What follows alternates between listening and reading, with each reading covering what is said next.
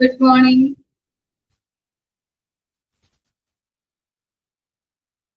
Good morning.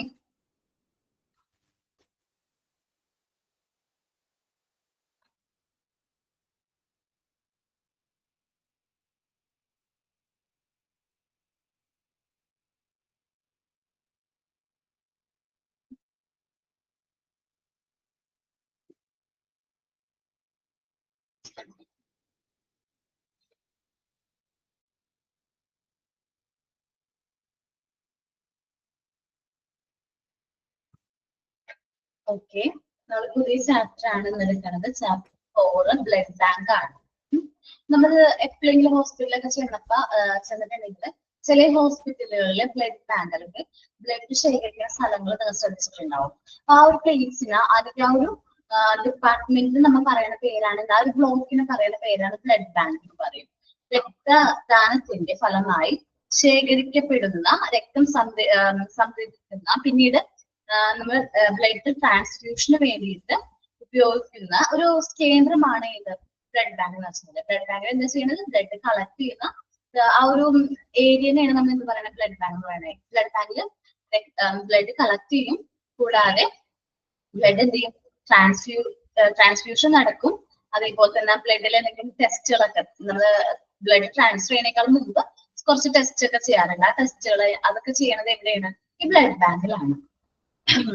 സാധാരണ blood bank എന്ന് പറയുന്നത് ഒരു ഹോസ്പിറ്റലിനെ സംബന്ധിച്ച് ബ്ലഡ് ബാങ്ക് എന്ന് പറയുമ്പോൾ ഒരു ഡിപ്പാർട്ട്മെന്റ്, നമ്മുടെ ഒരു ഹോസ്പിറ്റലിന്റെ ഒരു ബ്ലോക്ക് അല്ലെങ്കിൽ ഒരു ഡിപ്പാർട്ട്മെന്റിനെ ഡിനോട്ട് ചെയ്യാനാണ് ബ്ലഡ് ബാങ്ക് എന്ന് ഉദ്ദേശിക്കുന്നത്.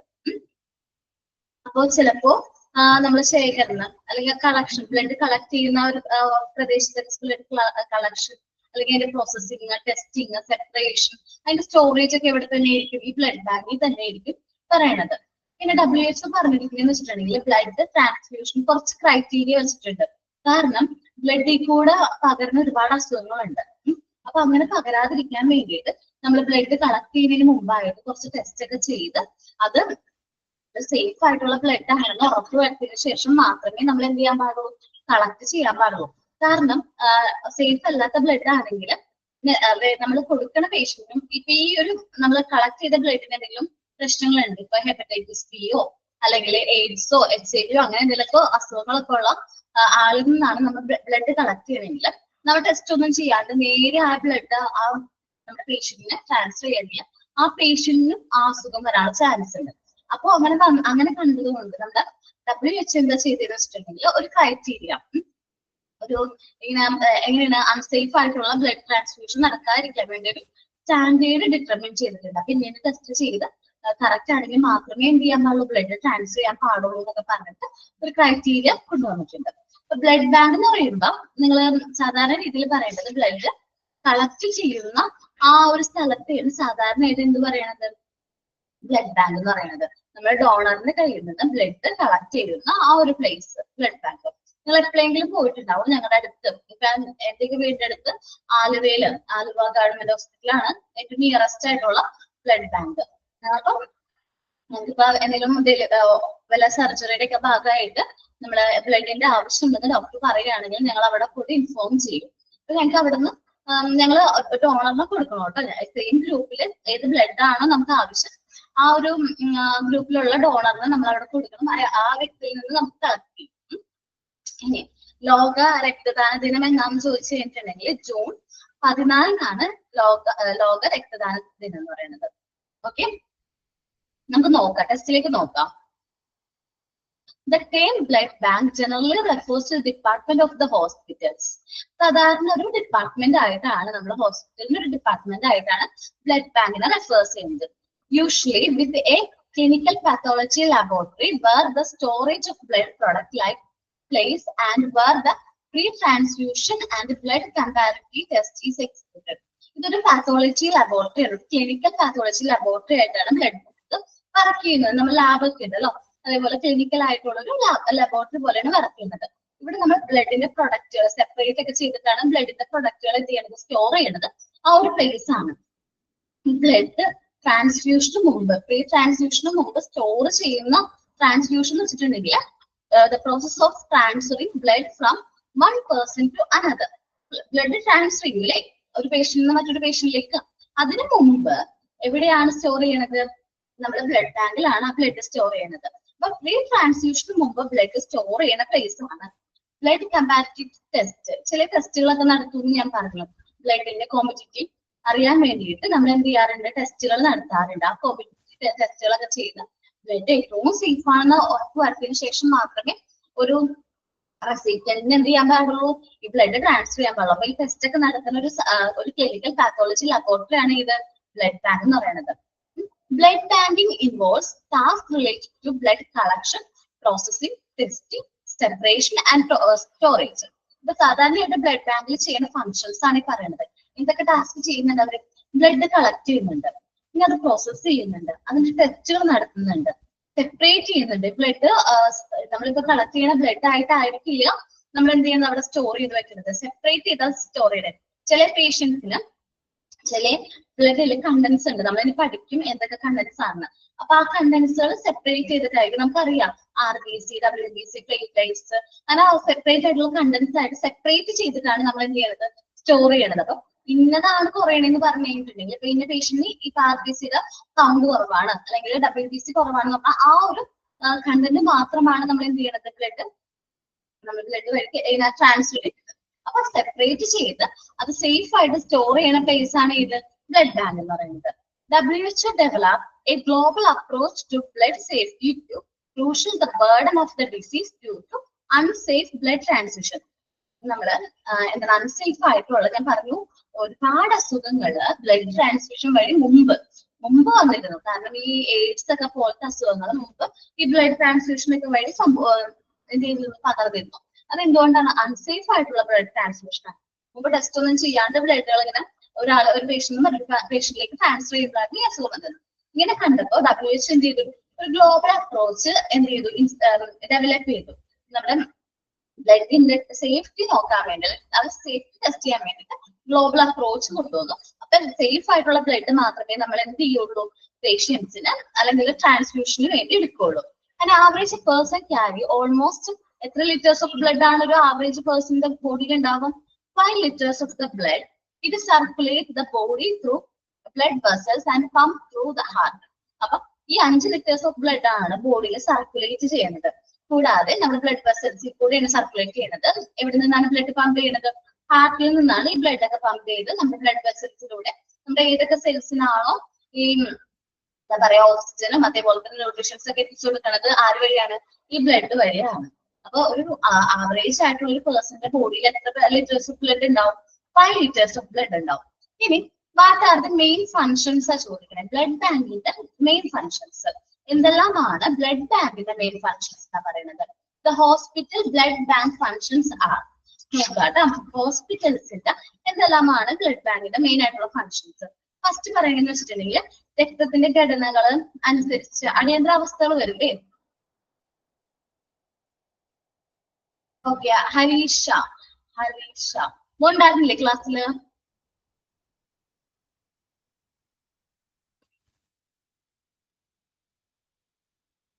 ക്ലാസ് സ്റ്റാർട്ട് ചെയ്തപ്പോ ഉണ്ടായിരുന്നില്ല ചോദിച്ചാണ്. ഞാൻ ഒന്നുകൂടി പറയാം അത് കഴിഞ്ഞിട്ട് കേട്ടോ. ഹോസ്പിറ്റൽ ബ്ലഡ് ബാങ്ക് എന്തൊക്കെ കാര്യങ്ങൾ ഫങ്ഷൻ ചെയ്യണം അല്ലെങ്കിൽ അവരുടെ ഫങ്ഷൻസ് എന്താണെന്ന് വെച്ചിട്ടുണ്ടെങ്കിൽ എന്തൊക്കെ ഫങ്ഷൻ എന്ന് വെച്ചിട്ടുണ്ടെങ്കിൽ അർജന്റ് ആയിട്ട് ബ്ലഡ് ആവശ്യമുള്ള ആൾക്കാർക്ക് എന്ത് ചെയ്യും? അല്ലെങ്കിൽ ബ്ലഡിന്റെ കോമ്പോണൻസ് ആയിട്ട് ആവശ്യം അവർക്ക് എന്ത് ചെയ്യാം? അവരുടെ റിക്വസ്റ്റ് അനുസരിച്ച് നമ്മൾ എന്ത് ചെയ്യാം? എത്തിച്ചു കൊടുക്കുക. അവർക്ക് ട്രാൻസ്ഫർ ചെയ്യുന്ന ഫസ്റ്റ് ഫങ്ഷൻ പറഞ്ഞിട്ടുണ്ടെങ്കിൽ വേഗത്തിൽ. ഇപ്പൊ ബ്ലഡ് എന്ന് വെച്ചിട്ടുണ്ടെങ്കിൽ ചില പേഷ്യന്റിന്റെ ജീവന് ഏറ്റവും ഇമ്പോർട്ടന്റ് ആയിട്ടുള്ള ചില പേഷ്യൻസ് ബ്ലഡ് പെട്ടെന്ന് ലോസ് ആവും. ബോഡിയിൽ നിന്ന് ബ്ലഡ് പെട്ടെന്ന് ലോസ് ആയി പോണ അവസ്ഥയൊക്കെയുണ്ട്. അപ്പൊ അങ്ങനെ കണ്ടിപ്പോ ആ പേഷ്യന്റിന്റെ ജീവന് റിസ്ക് എന്ന് വെച്ചാൽ ഭയങ്കര ഹൈ ആയിരിക്കും. അങ്ങനെ റിസ്ക് വരാതിരിക്കാൻ അല്ലെങ്കിൽ റിസ്ക് കുറയ്ക്കാൻ വേണ്ടിയിട്ട് പെട്ടെന്ന് നമ്മൾ എന്ത് ചെയ്യണം? ബ്ലഡ് ട്രാൻസ്ഫ്യൂഷൻ നടത്തണം. അങ്ങനെ ട്രാൻസ്ഫ്യൂഷൻ നടത്തണമെങ്കിൽ നമുക്ക് ബ്ലഡ് ആ ടൈമിൽ അവൈലബിൾ ആയിരിക്കണം. അങ്ങനെയാണെങ്കിൽ നമുക്ക് എന്ത് വേണം? ഈ ബ്ലഡ് ബാങ്ക് പ്രോപ്പർ ആയിട്ട് വർക്ക് ചെയ്യണം. അർജന്റ് ആയിട്ട് വന്നിരിക്കുന്ന റിക്വസ്റ്റ് അനുസരിച്ച് നമ്മൾ എന്ത് ചെയ്യണം? ബ്ലഡ് ട്രാൻസ്ഫർ ചെയ്യണം. ദെൻ പിന്നെ പറയുന്നത് വെച്ചിട്ടുണ്ടെങ്കിൽ നോക്കാം, the response to urgent request for blood components. Blood components എന്ന് പറഞ്ഞാൽ അർജന്റ് റിക്വസ്റ്റ് അനുസരിച്ച് നമ്മൾ എന്ത് ചെയ്യണം? ബ്ലഡ് വേഗതയിൽ നമ്മളത് ഓരോ പേഷ്യൻസിനും അല്ലെങ്കിൽ ആ പേഷ്യൻസിന്റെ റിലേറ്റീവ്സ് ആരാണെന്ന് വെച്ചാൽ അവർക്ക് അത് ട്രാൻസ്മിറ്റ് ചെയ്യണം. Validating validating pre transfusion samples. നമ്മളിത് പ്രീ ട്രാൻസ്ഫ്യൂഷന് മുമ്പ് സാമ്പിൾസ് എന്ത് ചെയ്യണം? വാലിഡേറ്റ് ചെയ്യണം, എക്സാമിൻ ചെയ്യണം. ഞാൻ പറഞ്ഞ പോലെ എന്തെങ്കിലും അസുഖം ഉണ്ടോ, ഈ ഡോണർക്ക് എന്തെങ്കിലും അസുഖം ഉണ്ടോ, അല്ലെങ്കിൽ എന്തെങ്കിലും ഇങ്ങനെ പകരുന്ന അസുഖങ്ങൾ എന്തെങ്കിലും ഉണ്ടോ, അത് നമ്മൾ എന്തെങ്കിലും ടെസ്റ്റ് ചെയ്യണം. And request to reserve the blood and blood products. എന്നിട്ട് നമ്മുടെ ബ്ലഡും ബ്ലഡ് പ്രൊഡക്ട്സും എന്ത് ചെയ്യണം? റിസർവ് ചെയ്യണ റിക്വസ്റ്റ് കൊടുക്കണം. ഇനി okay evaluation of immunological suitability between donor and patient. നമ്മൾ ഡൊണേറ്റ് ചെയ്യുന്ന ആ ഡോണറും ആ പേഷ്യന്റും തമ്മിൽ ഇമ്മ്യൂണോളജിക്കൽ സ്യൂട്ടബിലിറ്റി ഉണ്ടോ, അവരുടെ ബ്ലഡ് സ്യൂട്ടബിൾ ആണോ? കാരണം ഇപ്പൊ സ്യൂട്ടബിൾ അല്ലാത്ത ബ്ലഡ് ആണ് ട്രാൻസ്ഫർ ചെയ്യണമെങ്കിൽ പേഷ്യൻസിന് എന്ത് വരാനുള്ള ചാൻസ് ഉണ്ട്? അസുഖങ്ങൾ വരാനുള്ള ചാൻസ് ഉണ്ട്, വേറെ കുറേ പ്രശ്നങ്ങളൊക്കെ വരും. അപ്പൊ അങ്ങനത്തെ നമ്മൾ സ്യൂട്ടബിലിറ്റി ടെസ്റ്റ് ചെയ്തതിന് ചെക്ക് ചെയ്ത് ഇവാലുവേറ്റ് ചെയ്യുക, അല്ലെങ്കിൽ എക്സാമിൻ ചെയ്തതിന് ശേഷം മാത്രമേ എന്ത് ചെയ്യാൻ പാടുള്ളൂ? ട്രാൻസ്ഫ്യൂഷൻ ചെയ്യാൻ പാടുള്ളൂ. Choosing of suitable blood components for each clinical condition. അപ്പൊ നമ്മൾ പറഞ്ഞു ബ്ലഡിന്റെ കമ്പോണൻസ് തിരിച്ച് ആ കമ്പോണൻസ് ആയിരിക്കും നമ്മൾ എന്ത് ചെയ്യണത്? സ്റ്റോർ ചെയ്ത് വെക്കുന്നത്, ബ്ലഡ് ബാങ്കിൽ സ്റ്റോർ ചെയ്ത് വെക്കുന്നത്. അപ്പൊ അത് നമ്മൾ ചൂസ് ചെയ്യണം. പ്രോപ്പർ ആയിട്ടുള്ള സ്യൂട്ടബിൾ ആയിട്ടുള്ള ബ്ലഡ് കമ്പോണൻസ് എന്ത് ചെയ്യണം? ഇന്ന സിറ്റുവേഷനിൽ, ക്ലിനിക്കൽ കണ്ടീഷൻ അനുസരിച്ച് ഇന്ന സിറ്റുവേഷനിൽ ഇന്ന കമ്പോണന്റ് ആണ് കൊടുക്കേണ്ടത്. അപ്പൊ അതനുസരിച്ച് വേണം നമ്മൾ എന്ത് ചെയ്യാനായിട്ട്? ചൂസ് ചെയ്യാനായിട്ട്. caution delivery and handling of blood compounds. നമ്മൾ അത്ര ശ്രദ്ധയോട് കൂടി വേണം നമ്മൾ ഈ ബ്ലഡ് കമ്പോണൻസ് എന്ത് ചെയ്യാനായിട്ട്? ഡെലിവറി ചെയ്യാനും ഹാൻഡിൽ ചെയ്യാനും കൈകാര്യം ചെയ്യാനും. ഇനി നമ്മൾ ബ്ലഡ് ബാങ്കിലുള്ള ഇൻവെന്ററി. ഇവിടെ ബ്ലഡ് ബാങ്കിൽ എന്താണ് ഇൻവെന്ററി അല്ലെങ്കിൽ സ്റ്റോക്ക് എന്ന് പറയുന്നത്? സ്റ്റോക്ക് മാനേജ്മെന്റ് എന്ന് പറയുന്നത് നമ്മൾ ശേഖരിച്ച് വെച്ചിരിക്കുന്ന ബ്ലഡ് ആണ് നമ്മളെ സംബന്ധിച്ചിട്ടുള്ള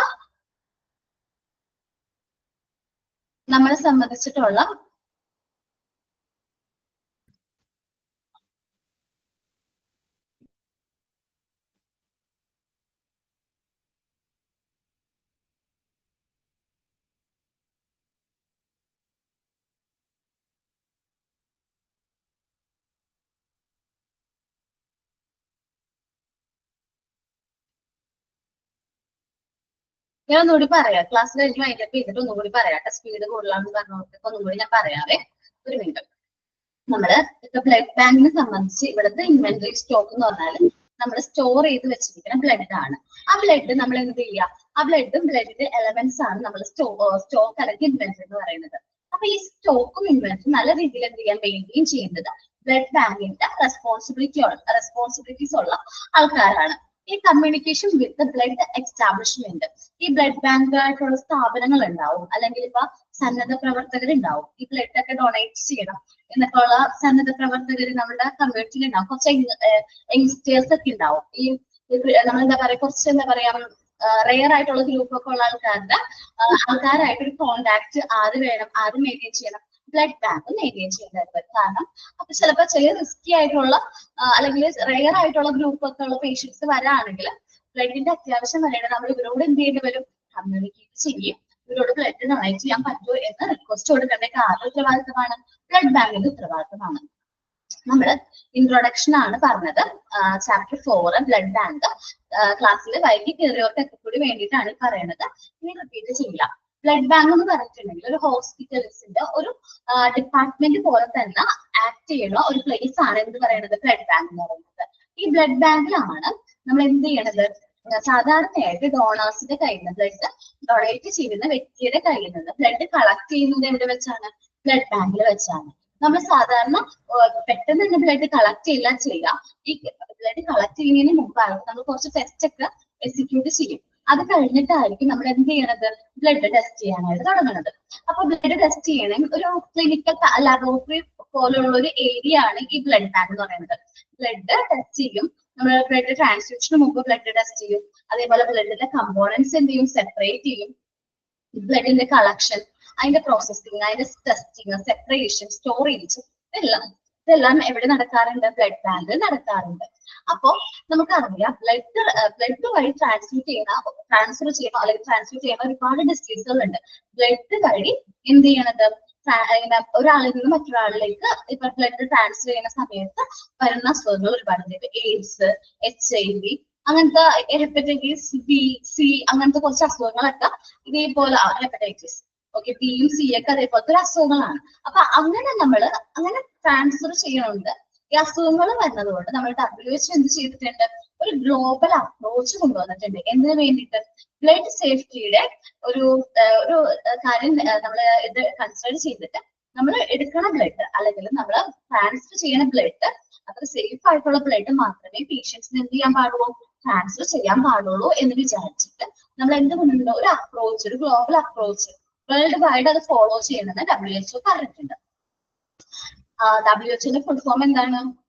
ആർക്കെങ്കിലും അറിയോ WHO ഫുൾ ഫോം? ഞാൻ പറഞ്ഞപ്പോൾ അറിയില്ല അല്ലെ. WHO ഫുൾ ഫോം എന്താണ്? World health organisation. ഓക്കെ, അപ്പൊ വേൾഡ് ഹെൽത്ത് ഓർഗനൈസേഷൻ എന്ത് ചെയ്തിട്ടുണ്ട്, ഒരു ഗ്ലോബൽ അപ്രോച്ച് കൊണ്ടുവന്നിട്ടുണ്ട്. നമ്മൾ ബ്ലഡ് കളക്ട് ചെയ്യാനും അതിന്റെ ട്രാൻസ്മിഷന്റെ ഒക്കെ കാര്യമായിട്ടുള്ളതിലേക്കാണ് ഒരു ഗ്ലോബൽ അപ്രോച്ച് കൊണ്ടുവന്നിട്ടുണ്ട്. അപ്പൊ ഇതിൽ നമ്മൾ ഇങ്ങനെ കാര്യങ്ങൾ ടെസ്റ്റ് ചെയ്തിട്ട് വേണം ഒരാളിൽ ഒരു പേഷ്യന്റിൽ നിന്ന് ബ്ലഡ് കളക്ട് ചെയ്യാൻ പാടുള്ളൂ എന്ന് പറയുന്നുണ്ട്. അപ്പോ ഒരു സാധാരണ ഒരു വ്യക്തി ഒരു സാധാരണ ഒരു ആവറേജ് പേഴ്സന്റെ ബോഡിയിൽ എത്ര ലിറ്റേഴ്സ് ഓഫ് ബ്ലഡ് ഉണ്ടാവും? 5 ലിറ്റേഴ്സ് ഓഫ് ബ്ലഡ് ഉണ്ടാവും.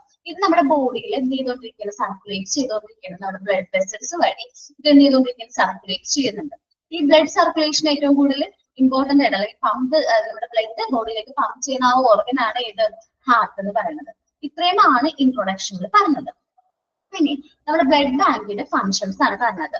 നമ്മൾ അർജന്റ് റെസ്പോൺസ് അനുസരിച്ച്, അർജന്റ് റിക്വസ്റ്റ് അനുസരിച്ച് ബ്ലഡും ബ്ലഡിന്റെ കമ്പോണൻസും എന്ത് ചെയ്യാം, സെർവ് ചെയ്യാം. ആ റിക്വസ്റ്റ് അനുസരിച്ച് പേഷ്യൻസിനോ അല്ലെ പേഷ്യൻസിന്റെ റിലേറ്റീവ്സോ ആരാണോ അവിടെ വന്നിരിക്കുന്നത്, ഇപ്പൊ ഡോക്ടറിന്റെ ഒക്കെ പ്രിസ്ക്രിപ്ഷൻ ആയിട്ട് വരാണ് ബ്ലഡ് ഇത്ര അർജന്റ് ആണ്, ഇങ്ങനെ ഇത്ര ക്രിട്ടിക്കൽ ആയിട്ടുള്ള ഒരു കേസ് ആണെന്ന് പറഞ്ഞാൽ അവിടെ ഒരു പേപ്പർ ഒരു എന്താ പറയാ ഒരു ഇതുകൊണ്ട് വരികയാണെങ്കിൽ നമ്മൾ പെട്ടെന്ന് തന്നെ എന്ത് ചെയ്യാം, ആ ബ്ലഡ് നമ്മൾ ട്രാൻസ്ഫർ ചെയ്യാം, അല്ല കൊടുക്കാം, ആ ഒരു വ്യക്തിക്ക് കൊടുക്കാം.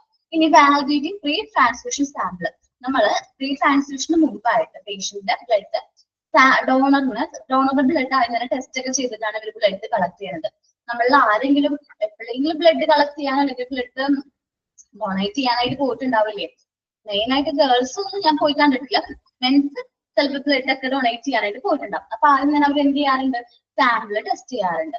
അപ്പൊ ഈ സാമ്പിൾ വാലുവേറ്റ് ചെയ്തു വെച്ചാൽ ടെസ്റ്റ് ചെയ്തതിന് ശേഷം മാത്രമാണ് നമ്മൾ ബ്ലഡിന്റെ പ്രൊഡക്ട്സും എന്ത് ചെയ്യുന്നത്, റിസീവ് ചെയ്യുന്നത്, അവരുടെ കയ്യിൽ നിന്ന് റിസീവ് ചെയ്യുന്നത്. എന്നിട്ട് നമ്മളിപ്പോ എന്ത് ചെയ്യണം, ട്രാൻസ്ഫർ ഒക്കെ ചെയ്ത് ബ്ലഡ് ഒക്കെ സെപ്പറേറ്റ് ചെയ്ത് കോമ്പോണൻസ് ഒക്കെ തിരിച്ച് നമ്മൾ ഇവിടെ ബ്ലഡ് ബാങ്കിൽ സ്റ്റോർ ചെയ്തിട്ടുണ്ട്. ഇനി നമുക്ക് പേഷ്യന്റ് വന്നപ്പോ അവരുടെ ഇമ്മ്യൂണോളജിക്കൽ സ്റ്റെബിലിറ്റി നോക്കണം.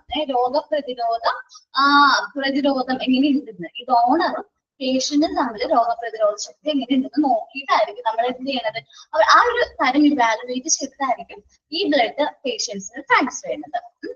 ഇനി സ്യൂട്ടബിൾ ആയിട്ടുള്ള ബ്ലഡ് കമ്പോണൻസ് ആയിരിക്കും ഓരോ ക്ലിനിക്കൽ കണ്ടീഷനും നമ്മൾ എന്ത് ചെയ്യുന്നത്, ട്രാൻസ്ഫർ ചെയ്യുന്നത്. ഇപ്പൊ ഒരു പേഷ്യന്റ് ഭയങ്കരമായിട്ട് അനീമിക് ആണ്, അല്ലെങ്കിൽ ബ്ലഡ് അനീമിക് ആയിട്ടുള്ള പേഷ്യൻസ് ഉണ്ടല്ലോ, അവർക്ക് ട്രാൻസ്ഫർ ചെയ്യുന്നത് ഏത് ഗ്രൂപ്പ് ആയിരിക്കും? ഞാൻ പറഞ്ഞു ബ്ലഡിൽ ഒരുപാട് കമ്പോണൻസ് ഉണ്ട്, നമുക്ക് പഠിക്കാനുണ്ട്. ആ കമ്പോണൻസ് അനുസരിച്ചായിരിക്കും ബ്ലഡ് എന്ത് ചെയ്യണം, സ്റ്റോർ ചെയ്യണത്. ഒരുമിച്ച് നമ്മൾ ആ കളക്ട് ചെയ്യുന്ന ബ്ലഡ് അല്ല സ്റ്റോർ ചെയ്യേണ്ടത്, കമ്പോണൻസ് തിരിച്ചിട്ടായിരിക്കും നമ്മൾ സ്റ്റോർ ചെയ്യുന്നത്. അപ്പോ ചിലപ്പോൾ RBC ആയിരിക്കും എന്ത് ചെയ്യുന്നത്, ആ പേഷ്യന്റ് ട്രാൻസ്ഫർ ചെയ്യുന്നത്. കാരണം അനീമിക് ആണ്, ഒരു ക്ലിനിക്കൽ കണ്ടീഷൻ ആണ്. അപ്പൊ അവിടെ ബ്ലഡിൽ അയണിന്റെ കുറവാണ്. സോ നമ്മൾ എന്ത് റെഡ് ബ്ലഡ് സെൽസ് ആയിരിക്കും ആ പേഷ്യന്റ് എന്ത് ചെയ്യുന്നത്, ട്രാൻസ്ഫർ ചെയ്യണം. അപ്പൊ സ്യൂട്ടബിൾ ആയിട്ടുള്ള കമ്പോണൻസ് ഏതാണ് ചൂസ് ചെയ്യണതും ആരുടെ ഉത്തരവാദിത്തമാണ്? ബ്ലഡ് ബാങ്കിന്റെ ഉത്തരവാദിത്തമാണ്. ഭയങ്കര റിസ്കി ആയിട്ടുള്ള ഒരു കാര്യമാണ്. കാരണം ബ്ലഡ് ഒരു പേഷ്യന്റിൽ നിന്ന് മറ്റൊരു പേഷ്യന്റിലേക്ക് ട്രാൻസ്ഫർ ചെയ്യുമ്പോൾ ആ ട്രാൻസ്ഫർ ചെയ്യണം അല്ലെങ്കിൽ റെസിപ്റ്റന്റിന് ഒരു അസുഖവും വരാൻ പാടില്ല. ബ്ലഡ് ട്രാൻസ്ഫ്യൂഷൻ വഴി ഒരു അസുഖവും വരാൻ പാടില്ല. എന്നാൽ പോലും ഈ ബ്ലഡ് ചിലപ്പോൾ കിട്ടിയില്ലെങ്കിൽ ആ പേഷ്യന്റിന്റെ ലൈഫ് ചിലപ്പോൾ റിസ്കിലേക്ക് പോകാനുള്ള ചാൻസ് ഉണ്ട്. അങ്ങനെ വരാൻ പാടില്ല. അപ്പൊ പെട്ടെന്നായിരിക്കും ഈ എല്ലാ കാര്യങ്ങളും അവർ ഹാൻഡിൽ ചെയ്യുന്നത്. പിന്നെ കോഷൻ ഡെലിവറി നമ്മൾ കുറച്ചും കൂടി എന്താണ് സ്പീഡി ആയിരിക്കണം ഡെലിവറി. അതേപോലെ ഈ ബ്ലഡ് കമ്പോണൻസ് ഹാൻഡിൽ ചെയ്യുമ്പോൾ അത്യാവശ്യം എന്താണ് കുറച്ച് അത്യാവശ്യം നമ്മൾ ശ്രദ്ധയോട് കൂടിയാണ് ഹാൻഡിൽ ചെയ്യുന്നത്. കുറച്ച് പ്രോപ്പർ ആയിട്ട് നമ്മൾ കെയർ ചെയ്തിട്ട് വേണം ഇതൊക്കെ ഹാൻഡിൽ ചെയ്യാനായിട്ട്. അതേപോലെ ബ്ലഡ് ബാങ്കിലെ ബ്ലഡ് ബാങ്കിനെ സംബന്ധിച്ച് അവർ ഇൻവെന്ററി ആൻഡ് സ്റ്റോക്ക് എന്ന് പറയുന്നത് ഈ ബ്ലഡും അതിന്റെ കമ്പോണൻസ് ആണ്. ഇത് മാനേജ് ചെയ്യാന്നുള്ളത് ബ്ലഡ് ബാങ്കിന്റെ ഉത്തരവാദിത്തമാണ്. ഇനി മറ്റുള്ള ബ്ലഡ് എസ്റ്റാബ്ലിഷ്മെന്റ് ആയിട്ട് ഞാൻ പറഞ്ഞു ചില സന്നദ്ധ പ്രവർത്തകര് അല്ലെങ്കിൽ മറ്റുള്ള ബ്ലഡ് ബാങ്കുകളായിരിക്കും അല്ലെങ്കിൽ ബ്ലഡ് കളക്ട് ചെയ്യുന്ന സ്ഥലമായിരിക്കും. അവരൊക്കെ ആയിട്ട് ഒരു കമ്മ്യൂണിക്കേഷൻ വേണം. കാരണം നമ്മുടെ കയ്യിൽ ഈ ഗ്രൂപ്പ് ഇപ്പൊ അവൈലബിൾ അല്ല. നമ്മുടെ പേഷ്യന്റ് നമ്മുടെ ഹോസ്പിറ്റലിൽ പേഷ്യന്റ് വന്നു റെയർ ആയിട്ടുള്ള ഒരു ബ്ലഡ് ഗ്രൂപ്പ് ആണെന്ന് വിചാരിക്കും. ഏറ്റവും റയർ ആയിട്ടുള്ള ബ്ലഡ് ഗ്രൂപ്പ് ഏതാണ് നിങ്ങൾക്കറിയോ? ഏറ്റവും റയർ ആയിട്ടുള്ള ഒരു ബ്ലഡ് ഗ്രൂപ്പ് ഓ പോസിറ്റീവാ. റയർ കോമൺ അല്ല. A B negative oh negative. Okay, oh negative rare ആണ് കേട്ടോ. ഓ നെഗറ്റീവ് റയർ ആണ്. എന്നാൽ പോലും നമ്മൾ കേട്ടിട്ടും കൂടി ഇല്ലാത്തൊരു ബ്ലഡ് ഗ്രൂപ്പ് ഉണ്ട്. അധികം ആൾക്കാരിൽ കേൾക്കാത്തൊരു ബ്ലഡ് ഗ്രൂപ്പ് ഉണ്ട്. ഓ നെഗറ്റീവ്. ഓ നെഗറ്റീവ് ആണ്. നമ്മളിപ്പോ എയും ബിയും പിന്നെ എ ബിയും ഓ ആ ഗ്രൂപ്പുകളിൽ ഓ നെഗറ്റീവ് ആണ്. ഓ നെഗറ്റീവ് ആണ് റയർ ആയിട്ടുള്ളത്. ഓ പോസിറ്റീവ് ആണ് കോമൺ ആയിട്ടുള്ളത്. നമ്മൾ ഒട്ടും കേൾക്കാത്ത ചില ബ്ലഡ് ഗ്രൂപ്പുകളൊക്കെ ഉണ്ട്. ബോംബെ ബ്ലഡ് ഗ്രൂപ്പ് എന്ന് പറയും കേട്ടോ. ഏറ്റവും റയർ ആയിട്ടുള്ള ഒരു ബ്ലഡ് ഗ്രൂപ്പാണ് ബോംബെ ബ്ലഡ് ഗ്രൂപ്പ് എന്ന് പറയുന്നത്. അപ്പോ അങ്ങനെ റയർ ആയിട്ടുള്ള ബ്ലഡ് ഗ്രൂപ്പ് ഒക്കെ വരുന്ന സമയത്ത് നമ്മുടെ ക്ലിനിക്കൽ എസ്റ്റാബ്ലിഷ്മെന്റിൽ നമ്മളുടെ ഹോസ്പിറ്റലിൽ ഈ ഗ്രൂപ്പ് അല്ലെങ്കിൽ ഈ ബ്ലഡ് അവൈലബിൾ അല്ലെങ്കിൽ മറ്റുള്ള എസ്റ്റാബ്ലിഷ്മെന്റ് ആയിട്ട് നമ്മൾ എന്ത് ചെയ്യണം? കമ്മ്യൂണിക്കേറ്റ് ചെയ്യുകയും അത് അർജന്റ് ആയിട്ട് നമ്മുടെ സ്ഥാപനത്തിലേക്ക് നമ്മുടെ ഹോസ്പിറ്റലിലേക്ക് കൊണ്ടുവരികയും വേണം. അപ്പൊ അതിന് വേണ്ടിയിട്ടുള്ള എല്ലാ കമ്മ്യൂണിക്കേഷൻസും എവിടെ അവൈലബിൾ ആയിരിക്കണം? ബ്ലഡ് ബാങ്കിലുള്ള ആൾക്കാരായിട്ട് നല്ല കമ്മ്യൂണിക്കേഷൻ വേണം. എന്നാൽ മാത്രമേ അവർക്ക് പ്രോപ്പർ ആയിട്ട് ബ്ലഡ് കളക്ട് ചെയ്യാൻ പറ്റുള്ളൂ. അതേപോലെ തന്നെ ഈ ചില ബ്ലഡ് ഗ്രൂപ്പ് ഇപ്പൊ ഓ നെഗറ്റീവ് പറഞ്ഞില്ലേ? ഇപ്പൊ ഓ നെഗറ്റീവ് ബ്ലഡ് ഗ്രൂപ്പ് ആണെങ്കിൽ റയർ ആണ്, കുറച്ച് റയർ ആണ്. അപ്പോ അവരായിട്ട് ഓ നെഗറ്റീവ് ഗ്രൂപ്പില് ഡോണർ ആയിട്ട് ഡൊണേറ്റ് ചെയ്യുന്ന ആ വ്യക്തിയുടെ നമ്പറൊക്കെ ചിലപ്പോൾ കളക്ട് ചെയ്ത് കൊടുക്കും. കാരണം ഇനി എപ്പോഴെങ്കിലും ഇതേപോലെ ബ്ലഡിന് എമർജൻസി വരാണെങ്കിൽ നമ്മൾ അദ്ദേഹത്തിന് വിളിക്കുകയും ഡൊണേറ്റ് ചെയ്യാനായിട്ട് റിക്വസ്റ്റ് ഒക്കെ ചെയ്യും. അപ്പൊ ഈ ഒരു കമ്മ്യൂണിക്കേഷൻ ആണ് ഇത് ഉദ്ദേശിക്കുന്നത്. ബ്ലഡ് ബാങ്കിലെ സ്റ്റാഫ് ആരോട് ഈ ഡോണർ ആയിട്ട് കമ്മ്യൂണിക്കേഷൻ എന്ത് ചെയ്യാറുണ്ട്? എസ്റ്റാബ്ലിഷ് ചെയ്യാറുണ്ട്. അപ്പൊ ഇത്രയുമാണ് പറഞ്ഞത്. എന്താണ് ബ്ലഡ് ബാങ്ക് എന്ന് പറഞ്ഞു. ബ്ലഡ് ബാങ്ക് ഒരു ഡിപ്പാർട്ട്മെന്റ്. ഇൻവെന്ററി മീൻസ് സ്റ്റോക്ക് ഉണ്ടല്ലോ. നമ്മൾ ഒരുമിച്ച് നമ്മൾ എന്താ സാധാരണയായിട്ട് അക്കൗണ്ട്സിലൊക്കെ ഇൻവെന്ററി പറയുകയാണെങ്കിൽ നമ്മൾ വിൽക്കാൻ ഉദ്ദേശിക്കുന്ന സ്റ്റോക്ക് ആണ്. സ്റ്റോക്ക് എന്ന് വെച്ചാൽ നമ്മൾ ശേഖരിച്ച് വെച്ചിരിക്കുന്നത്.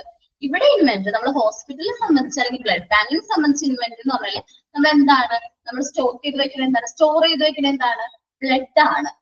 ബ്ലഡ് ആണ് ഇവിടുത്തെ ഇൻവെന്ററി എന്ന് പറയുന്നത്. കോമൺ ആയിട്ട് യൂസ് ചെയ്യണേണ്ട. ഒന്ന് വേഗം വായിച്ചു നോക്കിയേ.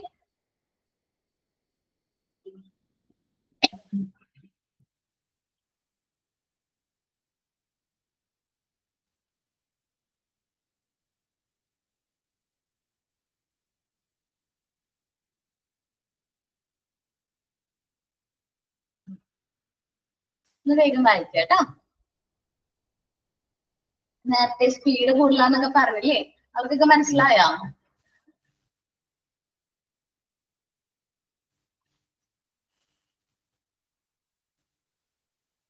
ഒന്ന് വായിച്ചു നോക്കിയതിൽ ഡൗട്ട് ഉണ്ടെങ്കിൽ ചോദിക്കാം.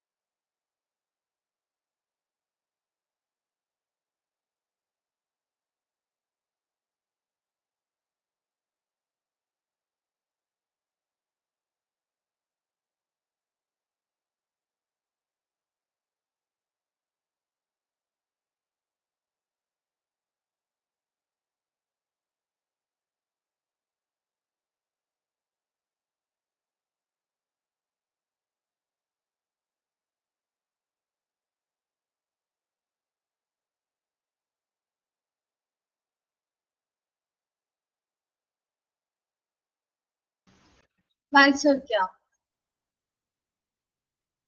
പ്രീ ട്രാൻസ്ഫ്യൂഷൻ എന്ന് പറഞ്ഞിട്ടുണ്ടെങ്കിൽ ട്രാൻസ്ഫ്യൂഷന് മുമ്പ്. അപ്പൊ നിങ്ങൾക്ക് എന്താണ് ട്രാൻസ്ഫ്യൂഷൻ എന്ന് അറിയണം.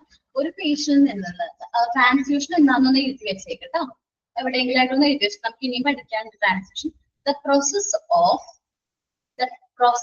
Of transferring blood from one person to another. ഒരു വ്യക്തിയിൽ നിന്ന് മറ്റൊരു വ്യക്തിയിലേക്ക് ബ്ലഡ് ട്രാൻസ്ഫർ ചെയ്യുന്ന ആ ഒരു പ്രോസസ്സിനെയാണ് എന്ത് പറയുന്നത്? ട്രാൻസ്ഫ്യൂഷൻ എന്ന് പറയുന്നത്. അപ്പൊ ഈ പ്രീ ട്രാൻസ്ഫ്യൂഷൻ എന്ന് പറയുമ്പോൾ ട്രാൻസ്ഫ്യൂഷന് മുമ്പ്. ഓക്കെ, പ്രീ എന്ന് പറയുമ്പോൾ ട്രാൻസ്ഫ്യൂഷന് മുമ്പ്. എഴുതി വെച്ച എല്ലാവരും the process of transferring blood from one person to another.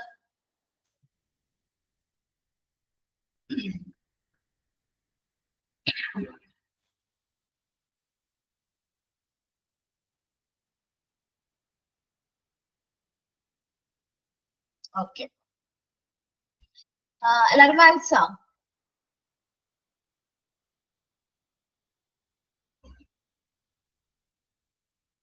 Okay, doubt എന്തെങ്കിലും ഉണ്ടോ? ഇനി നമുക്ക് കുറച്ച് ഡൗട്ട് ഇല്ലല്ലോ. ഓക്കെ, നമുക്ക് കുറച്ച് കാര്യങ്ങൾ കോമൺ ആയിട്ടുള്ള കുറച്ച് കാര്യങ്ങൾ പഠിക്കാൻ. ഇതേപോലെ നമ്മൾ ബ്ലഡ് ബാങ്കിനെ കുറിച്ച് പഠിക്കുക. കുറച്ച്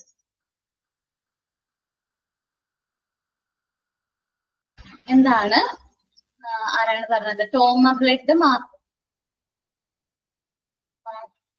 ആണോ?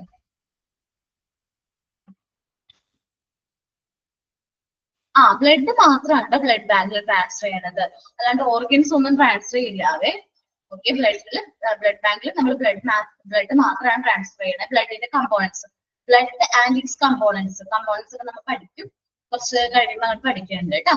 അപ്പൊ നമ്മളൊന്ന് ആലോചിച്ചിട്ട് നമുക്ക് കുറച്ച് കോമൺ ആയിട്ടുള്ള കാര്യങ്ങളുണ്ട്. പറഞ്ഞു, മനുഷ്യ ശരീരത്തിൽ എത്ര ലിറ്റേഴ്സ് ഓഫ് ബ്ലഡ് ഉണ്ടെന്നാ പറഞ്ഞത്? എത്ര ലിറ്റർ ബ്ലഡ് ഉണ്ടെന്നാ നമ്മളിപ്പോ പഠിച്ചത്? 5 ലിറ്റർ. എത്ര വയസ്സ് മുതലാണ് നമുക്ക് ബ്ലഡ് ഡൊണേറ്റ് ചെയ്യാൻ പറ്റുന്നത്? അറിയോ ആർക്കെങ്കിലും? എത്ര വയസ്സ് മുതൽ എത്ര വയസ്സ് വരെയാണ് ബ്ലഡ് ഡൊണേറ്റ് ചെയ്യാൻ?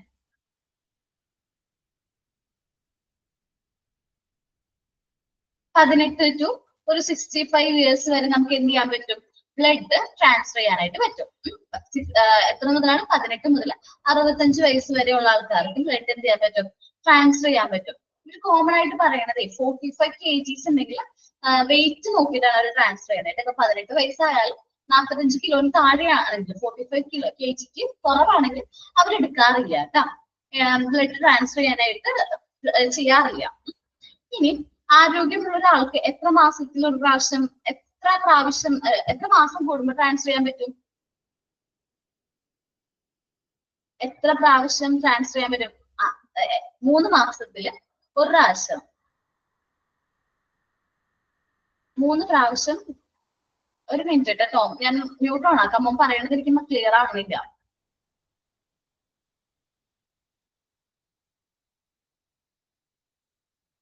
പറഞ്ഞോ ടോം, എന്താ ഡൗട്ട്?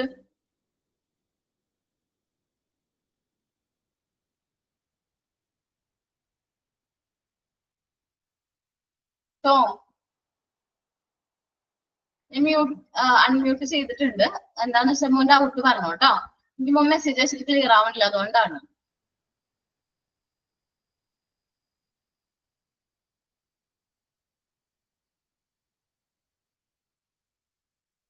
ഈ പ്രീ ട്രാൻസ്ഫ്യൂഷൻ ആണ് മനസ്സിലാവാത്തത്.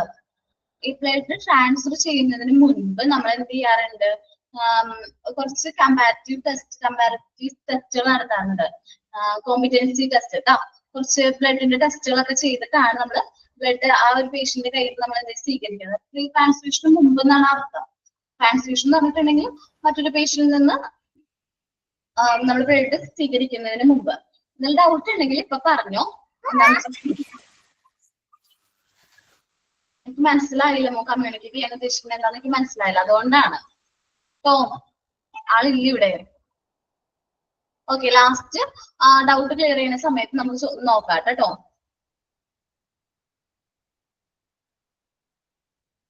ഓക്കെ, അപ്പൊ എന്താ പറഞ്ഞത്? നമ്മൾ ലാസ്റ്റ് പറഞ്ഞത് 3 പ്രാവശ്യം മാസത്തില് 3 മാസം കൂടുമ്പോൾ ഒരു പ്രാവശ്യം നമുക്ക് ട്രാൻസ്ഫർ ചെയ്യാൻ പറ്റും.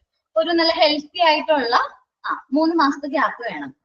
ഒരു ഹെൽത്തി ആയിട്ടുള്ള ഒരു വ്യക്തിയുടെ കയ്യിൽ നമ്മൾ എത്ര ml ബ്ലഡ് ആണ് ഒരു പ്രാവശ്യം കളക്ട് ചെയ്യണമെന്ന് അറിയാമോ? 300 ml ആണ്. ഈ പറയുന്ന പോയിന്റ്സ് ഒക്കെ എവിടെയെങ്കിലും എഴുതി വെച്ചോ കേട്ടോ. എത്ര ml ആണ്? 300 ml ആണ് നമ്മൾ എന്ത് ചെയ്യണത്? കളക്ട് ചെയ്യണേ കേട്ടോ.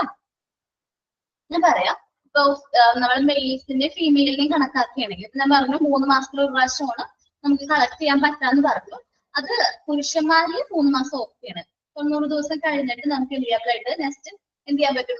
വീണ്ടും ഡൊണേറ്റ് ഒക്കെ ചെയ്യാനായിട്ട് പറ്റും. പക്ഷെ സ്ത്രീകളിൽ ഒരു ഇത്തിരി വ്യത്യാസമുണ്ട്. മെയിലാണെങ്കിൽ 90 ദിവസം കഴിഞ്ഞ് നമുക്ക് ഡൊണേറ്റ് ചെയ്യാൻ പറ്റും. ഫീമെയിൽസ് ആണെങ്കിൽ സ്ത്രീകളാണെങ്കിൽ 120 ദിവസം കഴിഞ്ഞിട്ട് വേണം നെക്സ്റ്റ് ഡൊണേറ്റ് ചെയ്യാനായിട്ട്.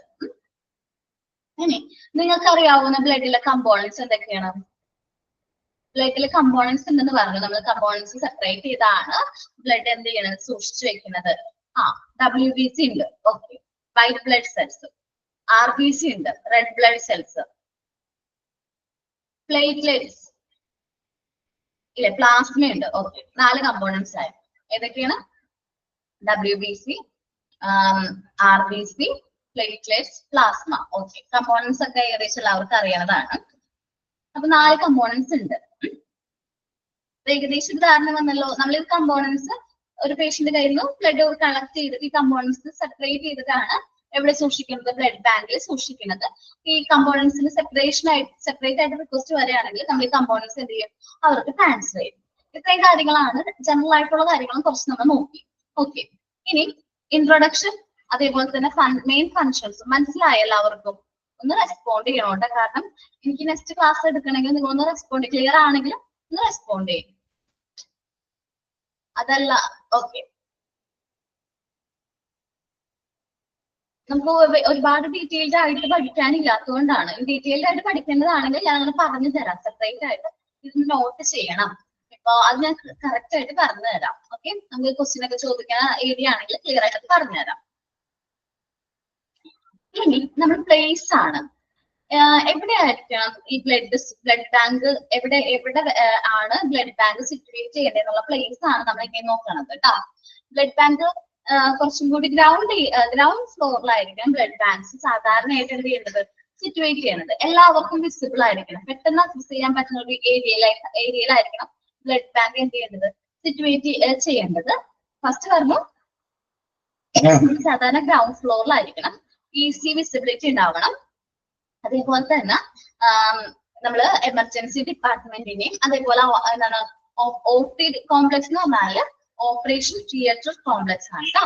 OT കോംപ്ലക്സ് എമർജൻസി ഡിപ്പാർട്ട്മെന്റിന്റെയും ഓപ്പറേഷൻ തിയേറ്റർ കോംപ്ലക്സിന്റെ ഒരു സമീപത്തായിരിക്കണം ഏത് ബ്ലഡ് ബാങ്ക് സിറ്റുവേറ്റ് ചെയ്യേണ്ടത്. കാരണം എന്താണെന്ന് വെച്ചിട്ടുണ്ടെങ്കിൽ ഈ എമർജൻസി ഡിപ്പാർട്ട്മെന്റിലേക്കും അതേപോലെ തന്നെ ഓപ്പറേഷൻ തിയേറ്ററിലേക്കൊക്കെ ആയിരിക്കും ഈ ബ്ലഡ് ക്രിട്ടിക്കൽ ആയിട്ടുള്ള പേഷ്യൻസ് ഉണ്ടാവും. അവർക്ക് ബ്ലഡിന്റെ ആ ഒരു ട്രാൻസ്ഫ്യൂഷൻ ഒക്കെ സ്പീഡി ആവാൻ വേണ്ടിയിട്ടാണ് അവരുടെ അടുത്തായിട്ട് വേണം ഇത് എന്ത് ചെയ്യേണ്ടതെന്ന് പറഞ്ഞത് സിറ്റുവേറ്റ് ചെയ്യേണ്ടതെന്ന് പറഞ്ഞു.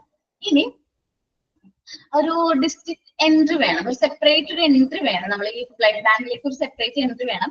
അത്യാവശ്യം വലിയ കോർട്ടിയാറൊക്കെ ഉള്ള ഒരു പ്ലേസിലാണെങ്കിൽ, ഒരു വരാന്തയൊക്കെ ഉള്ള ഒരു ഏരിയ ആണെങ്കിൽ നമുക്ക് അവിടെ ആൾക്കാർക്ക് ഒരു ഭയങ്കര തിക്കി കൂടി നിൽക്കുന്ന ഒരു പ്ലേസ് അല്ല. കുറച്ചും കൂടി നമുക്ക് റിലാക്സ് ചെയ്ത് അധികം ആൾക്കാരൊന്നും ഇല്ലാത്ത ഇവിടെ ട്രാഫിക് എന്ന് ഉദ്ദേശിക്കുന്നത് അധികം ആൾക്കാരൊന്നും ഇല്ലാത്ത രീതിയിൽ നമുക്ക് കുറച്ച് സ്പേസ് ആയിട്ടുള്ള നിൽക്കാനൊക്കെ പറ്റുന്ന സ്പേസ് ഉള്ള രീതിയിലുള്ള സ്ഥലത്തായിരിക്കണം ഏത് സിറ്റുവേറ്റ് ചെയ്യാൻ ബ്ലഡ് ബാങ്ക് സിറ്റുവേറ്റ് ചെയ്യാനായിട്ട്. അതേപോലെ തന്നെ അത്യാവശ്യം സ്പേസ് ഉണ്ടാവണം. ഈ പറഞ്ഞ ബ്ലഡ് ബാങ്കിന് ഫ്രണ്ടിലൊക്കെ ആയിട്ട് അത്യാവശ്യം എന്ത് വേണം? സ്പേസ് വേണം. അതേപോലെ മിനിമം പബ്ലിക് എൻട്രി പാടുള്ളൂ. എല്ലാവർക്കും ഓടി ചെല്ലാൻ പാടില്ല. കാരണം എന്താണ്? നമ്മുടെ ബ്ലഡ് ബാങ്ക് എന്ന് പറഞ്ഞിട്ടുണ്ടെങ്കിൽ നമ്മുടെ ബ്ലഡ് പ്രോപ്പറായിട്ട് സ്റ്റോർ ചെയ്യുന്ന പ്ലേസ് ആണ്. അവിടേക്ക് ചെല്ലുന്ന ആൾക്കാരെ എപ്പോഴും എങ്ങനെയാണ്? അത്ര എമർജൻസി ആയിട്ടുള്ള ആൾക്കാരായിരിക്കും ബ്ലഡ് ബാങ്കിലേക്ക് ചെല്ലുന്നത്. അപ്പോ അവരുടെ ആ ഒരു വർക്ക് ആ ചെല്ലുന്ന ആൾക്കാർക്ക് ഇങ്ങനെ കുറെ ആൾക്കാരൊക്കെ കൂടി നിൽക്കുകയാണെങ്കിൽ അവർക്ക് ആ കാര്യങ്ങൾ കമ്മ്യൂണിക്കേറ്റ് ചെയ്യണതിൽ പ്രശ്നം വരും, വൈകും. അത് കുറച്ച് റിസ്ക്കിയാണ് നമ്മുടെ പേഷ്യന്റിന്. ക്രിട്ടിക്കലായിട്ട് ബ്ലഡ് അത്യാവശ്യമായിട്ട് നമ്മൾ ചെല്ലുമ്പോൾ ഇങ്ങനെ ട്രാഫിക് വന്നു കഴിഞ്ഞാൽ ഒരുപാട് വലിയ ക്യൂ ഒക്കെ ചെയ്യണമെങ്കിൽ നമുക്കത് ഭയങ്കര റിസ്ക്കിയാണ്. ചെറിയ കാര്യങ്ങൾക്കൊന്നും അവിടെ ചെല്ലരുത്. അതേപോലെ തന്നെ എന്താ പറയാ, നോ ഇന്റർഫിയറൻസ് പാടില്ല. കാരണം പബ്ലിക്കിന്റെ ഇന്റർഫിയറൻസ് ഉണ്ടെങ്കിൽ അവിടെ ലാബ് ടെക്നീഷ്യന്റെ ഒക്കെ വർക്ക് പ്രോപ്പർ ആയിട്ട് എന്ത് ചെയ്യാൻ പറ്റൂല, ചെയ്യാനൊക്കെ പറ്റൂല. അപ്പൊ അധികം പബ്ലിക് ഇന്റർഫിയറൻസ് ഒന്നും ഇല്ലാത്ത ഒരു പ്ലേസ് ആയിരിക്കണം ഏത് നമ്മൾ ഈ ഉദ്ദേശിക്കുന്ന ബ്ലഡ് ബാങ്ക് എന്ന് പറയുന്നത്. നോക്കാം കേട്ടോ, ഈ ലൊക്കേഷനാണ് പറയുന്നത്. Typically should be situated on ground floor. സാധാരണ രീതിയിൽ ഗ്രൗണ്ട് ഫ്ലോറിലായിരിക്കണം ഏത് ബ്ലഡ് ബാങ്ക് സിറ്റുവേറ്റ് ചെയ്യാനായിട്ട്. ഈസി വിസിബിലിറ്റി, എല്ലാവർക്കും കാണുന്ന രീതിയിലായിരിക്കണം, അത് വിസിബിൾ ആയിട്ട് വേണം. അതേപോലെ ബ്ലഡ് ബാങ്ക് എന്നുള്ള ബോർഡൊക്കെ വെക്കാം. അതിനെ കുറിച്ചിട്ട് ബ്ലഡ് ഡൊണേറ്റ് ചെയ്യണ, ബ്ലഡ് ദാനം ചെയ്യുന്നതിനെ കുറിച്ചിട്ട് നോട്ടീസ് ഒക്കെ ഉണ്ടെങ്കിൽ നല്ലതായിരിക്കും. അതിന്റെ പ്രോസസ് ഒക്കെ കാണിക്കുന്ന രീതിയിൽ നോട്ടീസ് ഒക്കെ പതിച്ചിട്ടുണ്ടെങ്കിൽ നല്ലതായിരിക്കും. ഇനി in near proximity with emergency, സാധാരണ രീതിയിൽ എവിടെയാണ് നമ്മുടെ എമർജൻസി ഡിപ്പാർട്ട്മെന്റിന്റെ സമീപത്തായിരിക്കണം ഇത് എമർജൻസി ഡിപ്പാർട്ട്മെന്റിന്റെയും ഓപ്പറേഷൻ തിയേറ്റർ കോംപ്ലക്സിന്റെയും അടുത്തായിട്ടായിരിക്കണം ഏത് ബ്ലഡ് ബാങ്ക് സിറ്റുവേറ്റ് ചെയ്യാനായിട്ട്. ഒരു hospital clinical department, blood bank എന്ന് പറഞ്ഞാല് ഒരു ഹോസ്പിറ്റലിനെ സംബന്ധിച്ച് ഒരു ക്ലിനിക്കൽ ഡിപ്പാർട്ട്മെന്റ് ആണ്. ക്ലിനിക്കൽ ലാബോറട്ടറി, നമ്മൾ പറഞ്ഞ ക്ലിനിക്കൽ പാത്തോളജി ലാബോറട്ടറി ആണ് ഒരു ബ്ലഡ് ബാങ്ക് എന്ന് പറഞ്ഞാല്. It will have distinct entry and exit with wide corridors വെച്ചിട്ടുണ്ടെങ്കിൽ നല്ല ഇടനാഴികളൊക്കെ ഉള്ള കുറച്ച് ഏരിയാസ് ഒക്കെ ഉള്ള ഒരു ഏരിയ ആയിരിക്കണം. വെയിറ്റ് ചെയ്യണ സ്പേസ് വേണം. കാരണം waiting space to traffic congestion എന്ന് വെച്ചാല് ഗതാഗത കുരുക്ക് കുറയ്ക്കാനായിട്ടെന്ന് ഉദ്ദേശിച്ചാൽ അവിടെ ഒരുപാട് ആൾക്കാർ ഒരുമിച്ച് കൂട്ടി നിൽക്കാതിരിക്കാൻ വേണ്ടിയിട്ട് നമുക്ക് കുറച്ച് സ്പേസി ആയിട്ടുള്ള സ്ഥലമായിരിക്കണം നമ്മൾ ഏതായിട്ട് എടുക്കാനായിട്ട് ബ്ലഡ് ബാങ്കിന് വേണ്ടിയിട്ട് സെലക്ട് ചെയ്യാനായിട്ട്. കുറച്ച് ഇടനാഴിയൊക്കെ ഉണ്ടെങ്കിൽ നമുക്ക് അവിടെ വെയിറ്റ് ഒക്കെ ചെയ്യാൻ പറ്റും. ഇപ്പം ബ്ലഡ് ഡൊണേറ്റ് ചെയ്ത് ഇത്ര മണിക്കൂർ വെയിറ്റ് ചെയ്യാനൊക്കെ പറയുമ്പോൾ നമുക്ക് അവിടെ പോയിട്ട് എന്ത് ചെയ്യാൻ പറ്റും, വെയിറ്റ് ചെയ്യാനൊക്കെ ഒരു പ്ലേസ് ഒക്കെ ഉണ്ട്. കുറച്ച് അങ്ങനത്തെ പ്ലേസ് ആണെങ്കിൽ നമുക്ക് കുറച്ചും കൂടി എന്താണ് കംഫർട്ടബിൾ ആയിരിക്കും. It must be spacious through with minimum public entry. സാധാരണ രീതിയിൽ പബ്ലിക് എൻട്രി കുറച്ചിട്ടുള്ള ഒരു പ്ലേസ് ആയിരിക്കണം ഏത് ബ്ലഡ് ബാങ്ക്. ബ്ലഡ് ബാങ്കിലേക്ക് അതിന്റെ റിലേറ്റ് ചെയ്യുന്ന ആൾക്കാർ മാത്രമേ ബ്ലഡ് ബാങ്കിലേക്ക് ചെല്ലാനും അവിടെ നിന്ന് പോരാനും പാടുള്ളൂ. കാരണം അല്ലാതെ സാധാരണ എല്ലാ പേഷ്യൻസും അങ്ങോട്ട് പോവാനായിട്ട് പാടില്ല. ഇപ്പം ഡൊണേറ്റ് ചെയ്യാനോ അല്ലെങ്കിൽ റിക്വസ്റ്റ് ആയിട്ട് വരുന്ന ആരാണ് റിക്വസ്റ്റ് ആയിട്ട് വരുന്ന ആൾക്കാർക്ക് മാത്രമാണ് എവിടേക്ക് എൻട്രി ഉള്ളൂ, നമ്മള് ബ്ലഡ് ബാങ്കിലേക്ക് എൻട്രി ഉള്ളൂ. അത് ശരിക്കും പറഞ്ഞാൽ പബ്ലിക്കിന്റെ എൻട്രി കുറയ്ക്കുന്നതെന്ന് വെച്ചിട്ടുണ്ടെങ്കിൽ ഈ ലാബ് ടെക്നീഷ്യന്റെ വർക്ക് എന്ന് പറഞ്ഞാൽ കുറച്ച് റിസ്കി ആണ്. അവർ അത്ര കെയർഫുൾ ആയിട്ട് ചെയ്യുന്ന ആ ഒരു പ്രോസസ്സിൽ ഒരു ഇന്റർഫിയറൻസും വരാതിരിക്കാൻ വേണ്ടിയിട്ടാണ് അവർ ഇത്രയും പബ്ലിക് എൻട്രി മിനിമം ആക്കണം, കാരണം കുറയ്ക്കണത് കേട്ടോ. ഓക്കെ, അപ്പൊ ഇത്രയുമാണ് ലൊക്കേഷനിൽ പറയുന്നത്. ഒന്ന് വായിച്ചു നോക്കിയേ എല്ലാവരും, ലൊക്കേഷൻ ഒന്ന് വായിച്ചു നോക്കിയേ.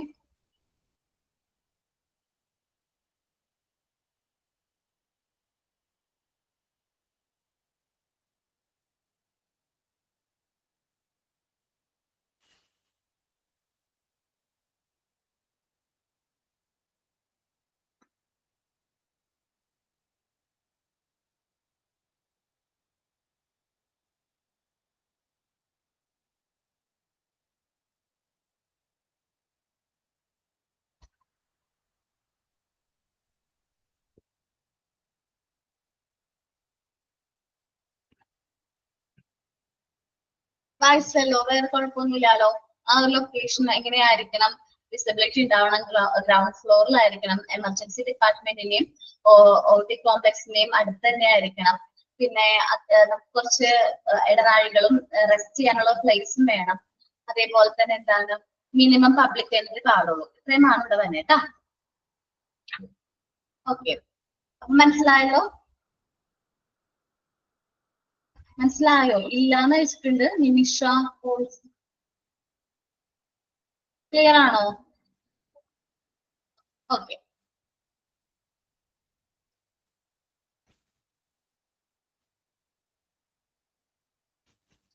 നിഷ ഉദയൻ അല്ലെ? മോന് മനസ്സിലാവാനാണ് ഇല്ലാന്ന് വെച്ചിട്ട് നിഷ. ഓക്കെ, ഇനി ഓർഗാനോഗ്രാം ആണ്. നമ്മൾ ബാക്കിയുള്ള ചാപ്റ്റേഴ്സിലൊക്കെ പഠിച്ചിട്ടുണ്ടാവും പല ഓർഗാനോഗ്രാമുകൾ. ഇപ്പൊ നമ്മൾ ബ്ലഡ് ബാങ്കില് ഓർഗാനോഗ്രാം ആണ്. അവിടുത്തെ എന്താ പറയാ റെസ്പോൺസിബിലിറ്റീസ് ഉള്ള വ്യക്തികളുടെ അല്ലെങ്കിൽ അവിടുത്തെ സ്റ്റാഫിന്റെ ഒരു ഓർഗാനോഗ്രാം ആണ്. ഇപ്പൊ ഇന്നാളുടെ കീഴിൽ ഇന്നാള് എന്നുള്ള രീതിയിൽ വന്നതാണ് ഇവർ പറയുന്നത്. ഫസ്റ്റ് വന്നത് മെഡിക്കൽ ഡയറക്ടർ ആണ്. മെഡിക്കൽ ഡയറക്ടറിന് കീഴിലാണ് ഹെഡ് ഓഫ് ദ ഡിപ്പാർട്ട്മെന്റ് വന്നത്. എന്താണ് ഫസ്റ്റ് വരുന്നത് മെഡിക്കൽ ഡയറക്ടർ ആണ്. ഹോസ്പിറ്റലിനെ സംബന്ധിച്ച് ഫസ്റ്റ് വരുന്നത് ഒരു ടോപ്പ് എന്ന് പറഞ്ഞിട്ടുണ്ടെങ്കിൽ ആരാണ്, മെഡിക്കൽ ഡയറക്ടർ ആണ്. അതിന് കീഴിൽ ഹെഡ് ഓഫ് ദ ഡിപ്പാർട്ട്മെന്റ് വരും, നമ്മുടെ ഡിപ്പാർട്ട്മെന്റ് ഹെഡ് വരും. അതിന് കീഴിലാണ് ചീഫ് ബ്ലഡ് ട്രാൻസ്ഫ്യൂഷൻ. എന്നുവെച്ചാല് നമ്മൾ ബ്ലഡ് ട്രാൻസ്ഫ്യൂഷൻ ചെയ്യുന്നതിന്റെ ചീഫ് എന്നത് ഏറ്റവും മെയിൻ ആയിട്ടുള്ള ചീഫ് എന്നത് ചീഫ് ബ്ലഡ് ട്രാൻസ്ഫ്യൂഷന്റെ ഡ്യൂട്ടി അല്ലെങ്കിൽ ആ ഒരു ഡിപ്പാർട്ട്മെന്റ് മൂന്നായിട്ട് നമ്മൾ ക്ലാസിഫൈ ചെയ്യും. മൂന്ന് വ്യക്തികളായിട്ട് ക്ലാസിഫൈ ചെയ്തിട്ടുണ്ട്. ഒന്ന് BPO ബ്ലഡ് ട്രാൻസ്ഫ്യൂഷൻ ഓഫീസർ. പറഞ്ഞ BPO ബ്ലഡ് ട്രാൻസ്ഫ്യൂഷൻ ഓഫീസർ. അത് BPOയുടെ ഫുൾ ഫോം ഒക്കെ ചിലപ്പോൾ ചോദിച്ച് ഞാൻ കണ്ടിട്ടുണ്ട്. Then quality manager. ഈ ബ്ലഡിന്റെ ക്വാളിറ്റീസ് ഒക്കെ ചെക്ക് ചെയ്യുന്നത് ആരാണ്? ഉറപ്പുവരുത്തി സൈൻ ചെയ്യുന്നത് ക്വാളിറ്റി മാനേജർ ആണ്. Technician supervisor. അത് ടെക്നീഷ്യൻസിനെ സൂപ്പർവൈസ് ചെയ്യുന്ന ആള് ടെക്നീഷ്യൻ സൂപ്പർവൈസർ. ഇവര് മൂന്ന് പേരാണ് ചീഫ് ബ്ലഡ് ട്രാൻസ്ഫ്യൂഷന്റെ കീഴിൽ വരുന്ന ആൾക്കാര്. ആരൊക്കെയാണ്? Blood transfusion officer, quality manager, technician supervisor. Blood transfusion officer എന്ന് വെച്ചാൽ ബ്ലഡ് ട്രാൻസ്ഫർ ചെയ്യുന്നതിന്റെ ട്രാൻസ്ഫ്യൂഷൻ ആയിട്ട് റിലേറ്റ് ചെയ്യുന്ന കാര്യങ്ങളൊക്കെ കൈകാര്യം ചെയ്യുന്ന വ്യക്തി. ക്വാളിറ്റി ചെക്ക് ചെയ്യുന്ന ആളാണ് ക്വാളിറ്റി മാനേജർ. ടെക്നീഷ്യൻ സൂപ്പർവൈസർ എന്ന് പറഞ്ഞാൽ അവിടുത്തെ ബാക്കിയുള്ള ടെക്നിക്സിനെയൊക്കെ സൂപ്പർവൈസ് ചെയ്യുന്ന വ്യക്തി. ഇനി ബ്ലഡ് ട്രാൻസ്ഫ്യൂഷൻ ഓഫീസറിന്റെ കീഴിൽ ടെക്നീഷ്യൻസ് വരും. ടെക്നീഷ്യന്റെ കീഴിലാണ് അസിസ്റ്റന്റ് ടെക്നീഷ്യൻസ് വരുന്നത്. എന്താണ്? ബ്ലഡ് ട്രാൻസ്ഫ്യൂഷൻ ഓഫീസറിന്റെ കീഴിൽ സാധാരണയായിട്ട് ടെക്നീഷ്യൻസും ടെക്നീഷ്യൻസിന്റെ കീഴിൽ അസിസ്റ്റന്റ് ടെക്നീഷ്യൻസും വരും. ദെൻ ചീഫ് ബ്ലഡ് ട്രാൻസ്ഫ്യൂഷൻ ഉണ്ട്. ചീഫ് ബ്ലഡ് ട്രാൻസ്ഫ്യൂഷന്റെ കീഴിലാണ് ആര് വരുന്നത് പറഞ്ഞു? ടെക്നീഷ്യൻ സൂപ്പർവൈസേഴ്സ് വരുന്നത്. അവർക്ക് കീഴിലാണ് ആര് വരുന്നത്? Clerk, nurse, public relation officers ഒക്കെ വന്നിട്ട് ആ പബ്ലിക് റിലേഷൻ ഓഫീസേഴ്സ് ഒക്കെ ടെക്നീഷ്യൻ സൂപ്പർവൈസറിന്റെ കീഴിൽ വരും. ചീഫ് ബ്ലഡ് ട്രാൻസ്ഫ്യൂഷന്റെ കീഴിൽ പിന്നെ ക്വാളിറ്റി മാനേജറിന്റെ ഡ്യൂട്ടി എന്ന് വെച്ചാൽ ബ്ലഡിന്റെ ക്വാളിറ്റി ഉറപ്പുവരുത്താം. ആ ഡ്യൂട്ടി ആ ഒരു വ്യക്തിക്ക് വേണ്ടി മാത്രമുള്ളതാണ്. ക്വാളിറ്റി മാനേജർ ആണത് ക്വാളിറ്റി ഉറപ്പുവരുത്തുകയും അത് സൈൻ ചെയ്യേണ്ടത്. എന്നാൽ മാത്രമേ നമ്മൾ ആ ബ്ലഡിൽ എന്ത് ചെയ്യുള്ളൂ? മറ്റൊരാൾക്ക് ട്രാൻസ്ഫർ ചെയ്യുള്ളൂ, ട്രാൻസ്ഫ്യൂഷൻ നടത്തുള്ളൂ. അപ്പൊ ഇത്രയുമാണ് ഇവിടെ പറഞ്ഞേട്ടോ. ഒന്ന് നോക്കി. മെഡിക്കൽ ഡയറക്ടർ ആണ് ഫസ്റ്റ് ലെവൽ എന്ന് പറഞ്ഞിട്ടുണ്ടെങ്കിൽ മെഡിക്കൽ ഡയറക്ടറിന് കീഴിലാണ് head of the department. Head of the ഡിപ്പാർട്ട്മെന്റിന് കീഴിലാണ് ഈ ചീഫ് ബ്ലഡ് ട്രാൻസ്ഫ്യൂഷൻ വന്നത്.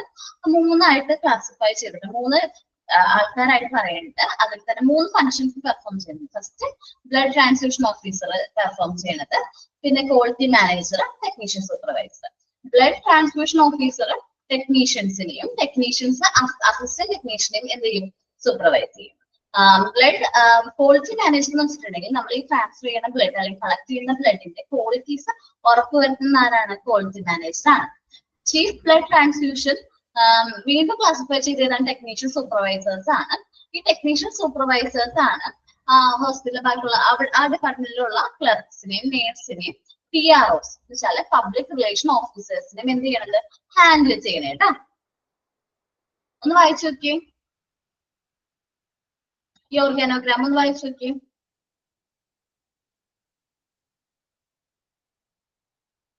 വേഗം കേട്ടോ. ഇന്നാളുടെ കീഴിൽ ഇന്നാള് വന്നു എന്നുള്ളത്, അതേപോലെ തന്നെ ആരാണ് ഏറ്റവും ടോപ്പിലുള്ളത്, ചില ഷോർട്ട് ഫോം ഒക്കെ യൂസ് ചെയ്തിട്ട് ഇന്നത് ആരാണ്, BPO ആരാണ്, PRO ആരാണ്. PRO ആരാന്ന് ഇവിടെ പറയുന്നില്ല, പക്ഷെ നിങ്ങൾ പഠിച്ചിട്ടുണ്ടാവും അല്ലെങ്കിൽ പഠിക്കാനുള്ളതിൽ ഉണ്ടാവും കേട്ടോ. പബ്ലിക് റിലേഷൻ ഓഫീസർ കേട്ടോ.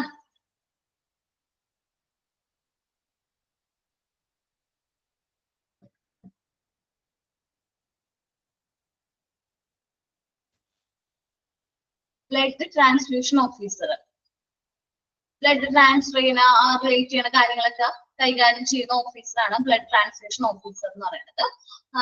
ബ്ലഡ് ഇന്നാളുടെ നിന്ന് ട്രാൻസ്ഫർ ചെയ്യുമ്പോൾ നമ്മൾ ആ ഡീറ്റെയിൽസും കാര്യങ്ങളൊക്കെ കളക്ട് ചെയ്ത് വെക്കാറുണ്ട്. ട്രാൻസ്ഫർ ചെയ്യുന്ന സമയത്തും അത് കളക്ട് ചെയ്യാറുണ്ട്. അപ്പൊ ബ്ലഡ് ട്രാൻസ്ഫ്യൂഷൻ ടെക്നീഷ്യൻസ് എന്ന് വെച്ചാൽ ഈ പ്രോസസ്സ് ചെയ്യുന്ന വ്യക്തിയാണ് ടെക്നീഷ്യൻസ്. അസിസ്റ്റന്റ് ടെക്നീഷ്യൻസിന്റെ കീഴിൽ അസിസ്റ്റന്റ് ടെക്നീഷ്യൻസ് ഉണ്ട്. അങ്ങനെ ആ ഫ്ലോ ഒന്ന് പഠിച്ചു വെച്ചാൽ മതി. ഡീറ്റെയിൽഡ് ആയിട്ട് ഇന്ന് എന്ത് ഫംഗ്ഷനാണ് ചെയ്യുന്നതെന്നൊന്നും നമുക്ക് ഇവിടെ പറയണില്ല കേട്ടോ.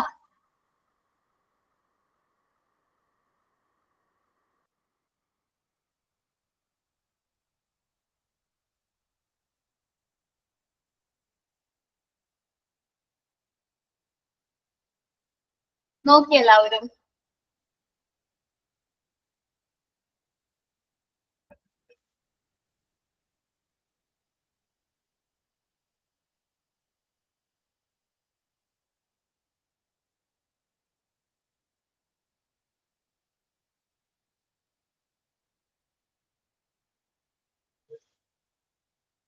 ഈ ഓർഗാനോഗ്രാം എന്ന് വെച്ചിട്ടുണ്ടെങ്കിൽ ഒരു സംഘടനാ ചാർട്ടാണ്. അവിടെ ഉള്ള വ്യക്തികളുടെ ഡ്യൂട്ടീസ് ഒക്കെ എങ്ങനെയാണ് ക്ലാസിഫൈ ചെയ്തിരിക്കുന്നത്, അതിന്റെ ഒരു എസ്റ്റാബ്ലിഷ് ചെയ്യുന്ന ഒരു ചാർട്ടിനെയാണ് ഓർഗാനോഗ്രാം എന്ന് പറയുന്നത് കേട്ടോ. അല്ലാണ്ട് വേറെ ഒന്നുമില്ല, ഒരു സംഘടനാ ചാർട്ടാണ്. അവിടുത്തെ സ്റ്റാഫുകൾ എങ്ങനെ നമ്മള് ഇത് ചെയ്തിരിക്കുന്നു, പോസ്റ്റ് ചെയ്തിരിക്കുന്നു, ആരുടെ കീഴിൽ ആരാണ് വന്നത്, ആർക്കാണ് കൂടുതൽ റെസ്പോൺസിബിലിറ്റി ഉള്ളതെന്നൊക്കെ നമുക്ക് ഈ ഓർഗാനോഗ്രാം നോക്കിക്കഴിഞ്ഞാൽ മനസ്സിലാവാറുണ്ട്. എല്ലാവരും നോക്കിന്ന് വിചാരിക്കുന്നു കേട്ടോ. Okay,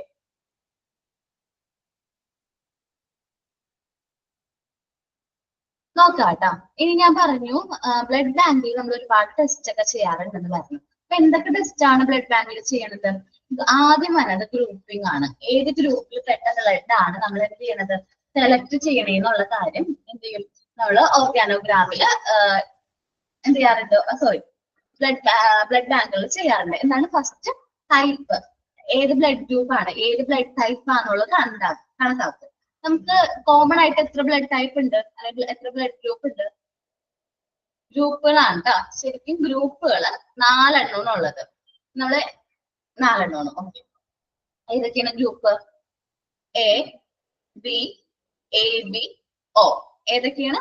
A, B, A, B, O. 4 ഗ്രൂപ്പുകൾ കിട്ടിയല്ലോ അല്ലെ? നമുക്ക് ഏത് ഗ്രൂപ്പ് ആണെന്നുള്ളത് നമ്മൾ എന്ത് ചെയ്യും? A, B, O, A, B. Okay, ഇത് നമ്മൾ എന്ത് ചെയ്യും? സെലക്ട് ചെയ്യും. എന്നിട്ട് 2 മിനിറ്റ് നിങ്ങൾക്ക് ഈ ഗ്രൂപ്പിങ്ങിന്റെ ഒരു ഫ്ലോ ചാർട്ട് എന്താ നോക്കട്ടെ. അങ്ങനെയാണെങ്കിൽ നമുക്ക് ഗ്രൂപ്പിംഗ് പെട്ടെന്ന് പഠിക്കാൻ പറ്റും.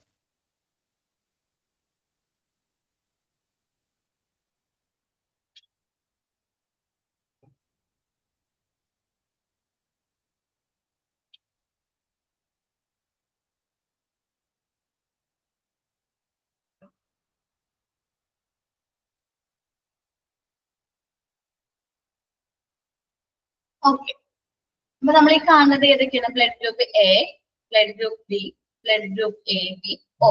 ഓക്കെ അല്ലേ?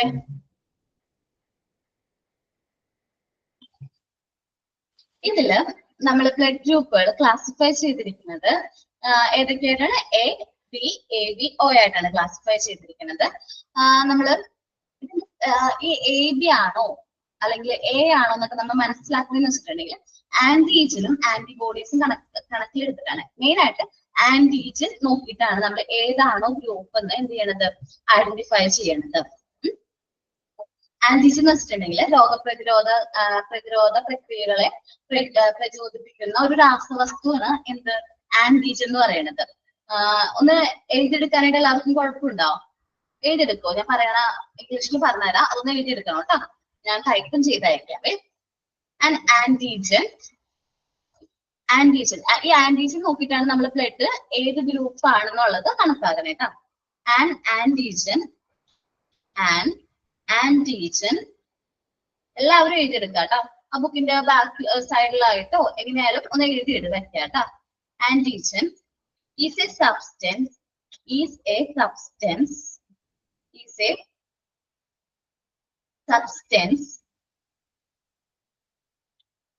that the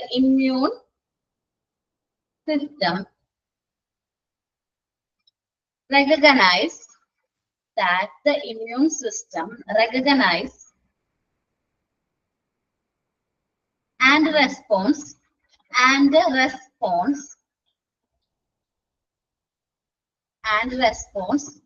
to the blood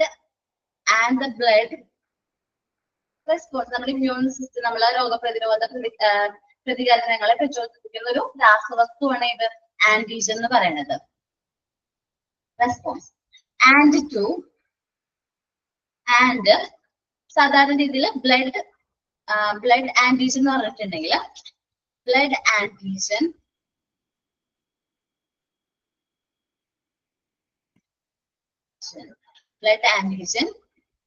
are surface markers on red blood cells that determine blood type.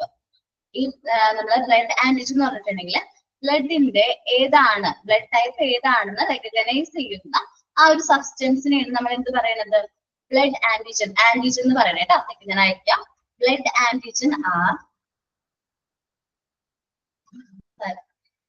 surface makers on red blood cells that determine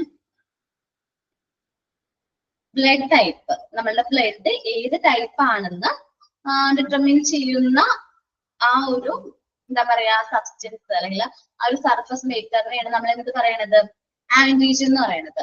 നമ്മുടെ ബ്ലഡ് നമ്മളുടെ ഏതാണ് ബ്ലഡ് ഗ്രൂപ്പ്, നമ്മുടെ ബ്ലഡ് ടൈപ്പ് ഏതാണെന്ന് determine ചെയ്യണതാണ് ഏത് antigen എന്ന് പറഞ്ഞാല്.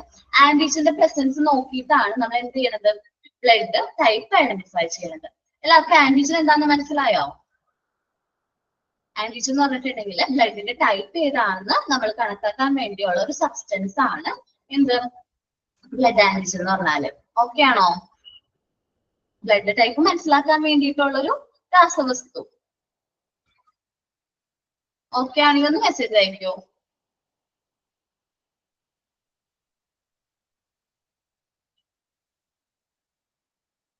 എഴുതിയെടുക്കാൻ എല്ലാവരും.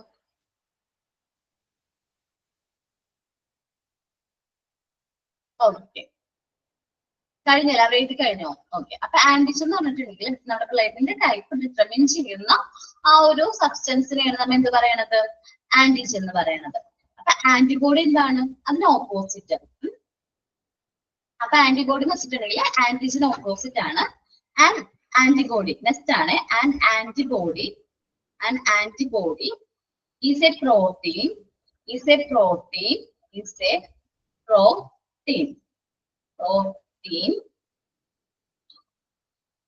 produced by your immune system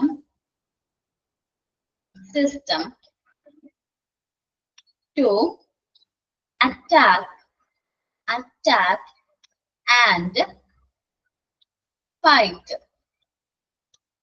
fight off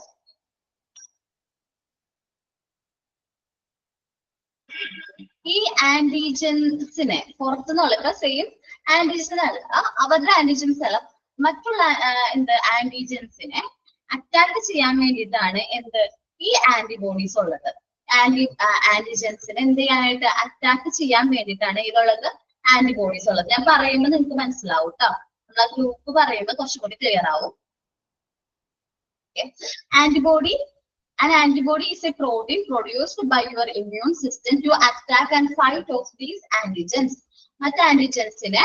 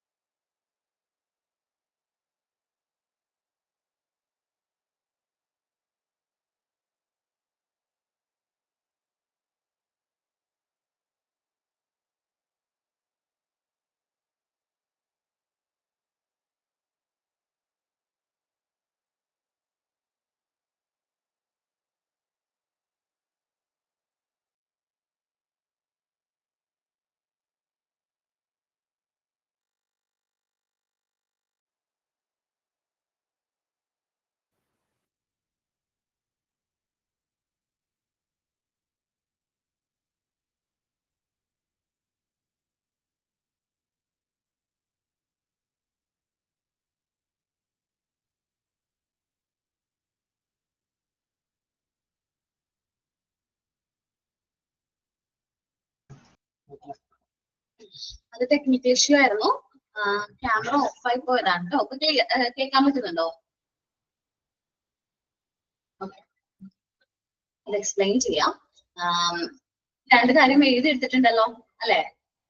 ഞാൻ നെക്സ്റ്റ് ക്ലാസ്സിൽ എക്സ്പ്ലെയിൻ ചെയ്യുള്ളൂ, കാരണം ടൈം തീർന്നു. ഞാൻ പറയാം ആന്റിബോഡി എന്താണ്, ആന്റിജൻ എന്താണെന്ന് പറയാം. ആന്റിബോഡി എന്ന് വെച്ചിട്ടുണ്ടെങ്കിൽ ഈ ആന്റിജനെതിരെ പ്രവർത്തിക്കുന്ന ഒരു എന്താണ് ഫൈറ്റ് ചെയ്യുന്ന അല്ലെങ്കിൽ അറ്റാക്ക് ചെയ്യുന്ന എന്തിനാണ് പ്രോട്ടീനാണ് നമ്മൾ എന്ത് പറയുന്നത്, ആന്റിബോഡി എന്ന് പറയുന്നത്. രണ്ട് കാര്യങ്ങൾ നമ്മൾ വെച്ചിട്ടുണ്ടായിരുന്നു. ദെൻ നിങ്ങളൊന്ന് ഈ ഒരു ഇമേജ് സ്ക്രീൻഷോട്ട് ഒന്ന് എടുത്തിട്ട് എന്ത് ചെയ്യാം, എല്ലാവരും ചെയ്യണം കേട്ടോ. ഇതൊന്ന് കാണാൻ പറ്റില്ല അല്ലെ? ഓക്കെ, 1 മിനിറ്റ് ഞാൻ ഷെയർ ചെയ്യാം. ഇപ്പൊ സ്ക്രീനിൽ കാണുന്ന ഇമേജ് ഉണ്ടല്ലോ, ആന്റിബോഡീസും ആന്റിജന്റെയും ആ ഒരു ഇമേജസ് ഒന്ന് സ്ക്രീൻഷോട്ട് എടുത്തിട്ട് ഒന്ന് എഴുതി വെക്കണം കേട്ടോ. ഞാൻ നെക്സ്റ്റ് ക്ലാസ്സിൽ എക്സ്പ്ലെയിൻ ചെയ്ത് തരാവേ, കാരണം ടൈം ഇല്ലാത്തതുകൊണ്ടാണ്.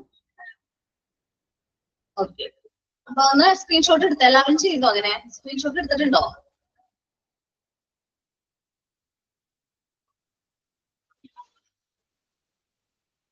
വലുതാക്കി കാണിച്ചാൽ ഒന്ന് സ്ക്രീൻഷോട്ട് എടുത്തിട്ട് ഒന്ന് എഴുതിയെടുക്കണേ. ഇതില് ഗ്രൂപ്പിംഗ് പറയണേണ് നമ്മള് RBCയുടെ ടൈപ്പ്. മനസ്സിലായവരെ ഞാൻ എടുക്കുക. RBCയുടെ ടൈപ്പ് എന്ന് പറഞ്ഞാല് ഇപ്പൊ A ഗ്രൂപ്പിന്റെ RBC A B O ആയിരിക്കും. എയുടെ എന്താണ് ആന്റിജൻ, ആദ്യം ശ്രദ്ധിക്കുക ആന്റിജൻ. ആന്റിജൻ എന്ന് വെച്ചിട്ടുണ്ടെങ്കിൽ സെയിം ആയിരിക്കും കേട്ടോ. രോഗപ്രതിരോധങ്ങൾ ഒരു രാസവസ്തുവാണ്. സെയിം ബ്ലഡ് ടൈപ്പ് പറയുന്നത് എയുടെ ആണെങ്കിൽ ഏതായിരിക്കും ആന്റിജൻ? A ആയിരിക്കും. ബിയുടെ ആണെങ്കിൽ ആന്റിജൻ ഏതായിരിക്കും? B ആയിരിക്കും. ABയുടെ ആണെങ്കിൽ ആന്റിജൻ Aയും ഉണ്ടാവും Bയും ഉണ്ടാവും. രണ്ടും കോമൺ ആയിട്ട് വരുന്നതാണ് ABയുടെ. ഓയുടെ ആണെങ്കിൽ ആന്റിജൻ ഒന്നും ഇല്ലാത്ത ഗ്രൂപ്പാണ് എന്ത്? O എന്ന് പറയുന്നത് കേട്ടോ. ആന്റിജൻ ഒന്നും ഇല്ലാത്ത ഗ്രൂപ്പാണ് ഇത് O എന്ന് പറയുന്നത്. ഇനി ആന്റിബോഡി, ആന്റിബോഡി ഓപ്പോസിറ്റ് ആണ്. A ബ്ലഡ് ഗ്രൂപ്പിന്റെ ആന്റിബോഡി അതിന് ഓപ്പോസിറ്റ് ഏതാണ്? B ആണ് വരുന്നത് കേട്ടോ. A ബ്ലഡ് ഗ്രൂപ്പിന്റെ ഓപ്പോസിറ്റ് ആണ് ആന്റിബോഡി B വരുന്നത്. അപ്പൊ Bയുടെ ആണെങ്കിൽ ആന്റിബോഡി ഏതായിരിക്കും? A ആയിരിക്കും ഓപ്പോസിറ്റ്. ABക്ക് അങ്ങനെ എന്തില്ല, ആന്റിബോഡീസ് ഇല്ല ഓപ്പോസിറ്റ്. കാരണം ആ AB എന്ന് പറയുന്ന ഗ്രൂപ്പില് A ആന്റിജൻ ഉണ്ട് B ആന്റിജൻ ഉണ്ട്. സോ അവിടെ ഓപ്പോസിറ്റ് ഇല്ല, ആന്റിബോഡീസ് ഇല്ല. ആന്റിബോഡീസ് ഇല്ലാത്ത ഗ്രൂപ്പാണ് ഇത് AB എന്ന് പറയുന്നത്. O ബ്ലഡ് ഗ്രൂപ്പില് എന്തില്ല, ആന്റിജൻ ഇല്ല. ആന്റിജൻ ഇല്ലാത്ത ഗ്രൂപ്പാണ്, ആന്റിബോഡി ഇല്ലാത്ത ഗ്രൂപ്പാണ് AB എങ്കിൽ ആന്റിജൻ ഇല്ലാത്ത ഗ്രൂപ്പാണ് O ഗ്രൂപ്പ്. O ഗ്രൂപ്പിന്റെ ഓപ്പോസിറ്റ് ഏതാണ്? ഈ പറഞ്ഞ Aയും ആന്റിജൻ Aയും ആന്റിബോഡി Aയും ആന്റിബോഡി Bയും ആണ്. ഒന്ന് എഴുതി വെക്കട്ടെ ഇത്. ഞാൻ നെക്സ്റ്റ് ക്ലാസ്സിൽ എക്സ്പ്ലെയിൻ ചെയ്ത് തരാം കേട്ടോ. ഓക്കെ, എല്ലാവരും എഴുതി വെക്കില്ലേ? നെക്സ്റ്റ് ക്ലാസ്സിൽ എക്സ്പ്ലെയിൻ ചെയ്യാവേ. അപ്പൊ താങ്ക് യു. മനസ്സിലായില്ലേ? ഓക്കെ, ഞാൻ നെക്സ്റ്റ് ക്ലാസ്സിൽ എക്സ്പ്ലെയിൻ ചെയ്യാം, കാരണം ടൈം ഇല്ലാത്തതുകൊണ്ടാണ് കേട്ടോ. ജസ്റ്റ് ഇതൊന്ന് എഴുതി വെക്കാൻ വേണ്ടി മാത്രമാണ് പറഞ്ഞത് കേട്ടോ. നെക്സ്റ്റ് ക്ലാസ്സിൽ വ്യക്തമായിട്ട് എക്സ്പ്ലെയിൻ ചെയ്യാം, ടൈം ഇല്ല അതുകൊണ്ടാണ് കേട്ടോ. സോറി, ആ ടൈം ലാസ്റ്റ് ടൈമിൽ ആ ഒരു ടെക്നിക്കൽ ഇഷ്യൂ വന്നുകൊണ്ടാണ്. നെക്സ്റ്റ് ടീച്ചർ വെയിറ്റിംഗ് ആണേ. ശരി കേട്ടോ.